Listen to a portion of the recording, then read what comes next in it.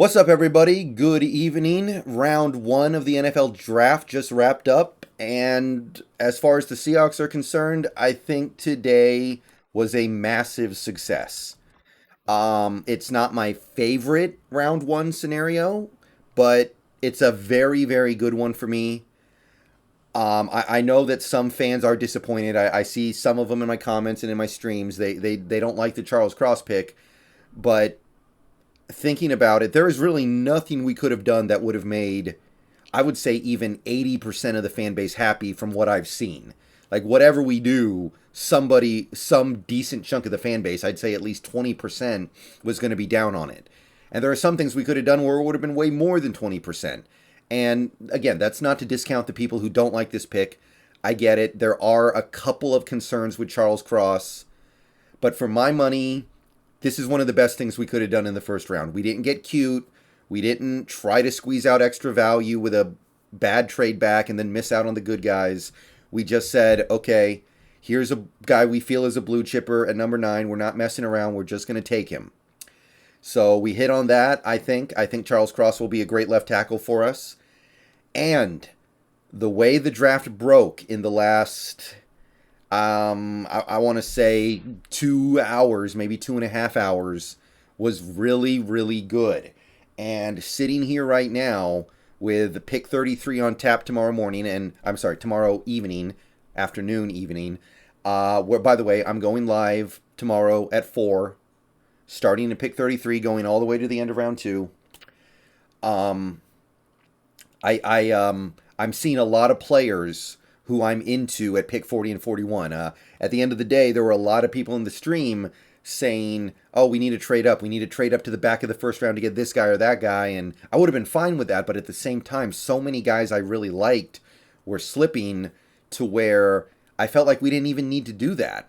Somebody that we really like, or somebody at least that I really like, is going to be there at 40 and 41. Probably 2 people. Because there are still some guys who are probably going to go in the next 7 picks that I'm not really into.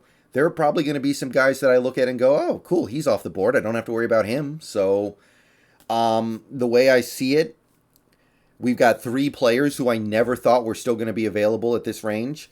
You can see the kind of running big board to my left here.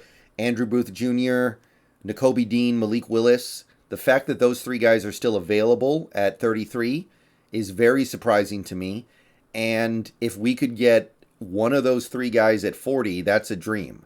But you absolutely don't have to trade up to force it. You don't. You could absolutely just sit there and say, okay, if those 3 guys go, which I think is likely, maybe not Willis, because not a lot of teams are going to want a quarterback. But you've got Mafe there. You've got Travis Jones, Kyler Gordon, Arnold Ebiketie, Desmond Ridder, Breece Hall, and Daniel Falele is still there. Ojabo, Logan Hall, Christian Watson, even a guy like a Troy Anderson or Abraham Lucas. Somebody that is going to be really, really exciting is going to be there. So you don't need to trade up at all. So the fact that we're sitting here and I'm thinking about the possibility of getting a guy like an Andrew Booth Jr. with our 2nd round pick is really cool. And there are so many, like, in case of emergency pull cord options that are going to be there at 40 that I don't feel like I need to trade up to make it happen. Because again, like Mafe and Ebiketie are both still on the board.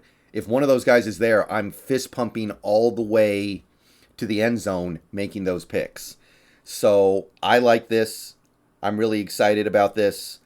I think this first round went about as good as it could have realistically gone.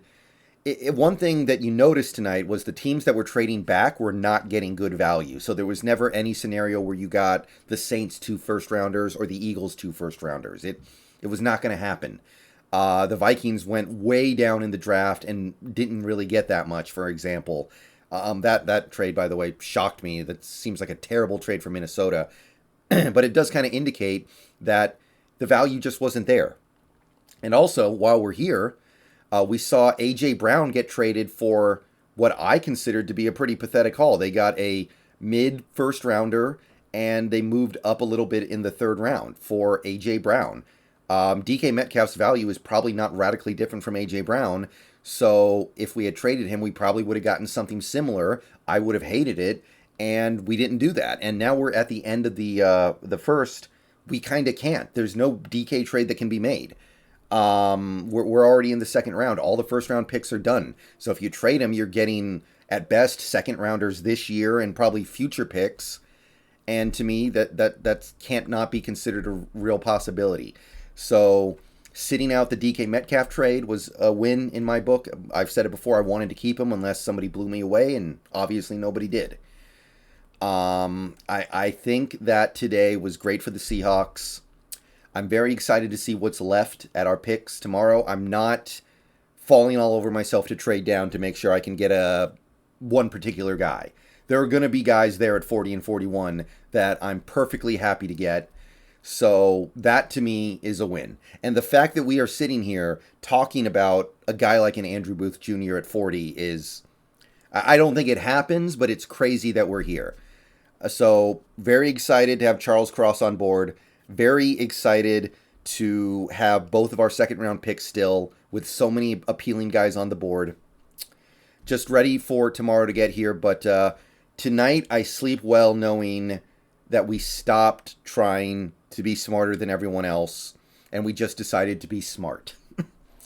Okay, I'll see you guys tonight. By the way, I want to say, me and the Hawks Nest will be doing a post day one show on his channel tonight. I don't know when, but it's going to be happening whenever he's done with his stream. We're going to go live, probably only for like half an hour just to talk about what happened, but if you are still awake and if you still want to hear more talk about this pick and what's coming up and anything else that happened on day one, then come on by or watch the VOD tomorrow morning, and hope to see you there. But go Hawks.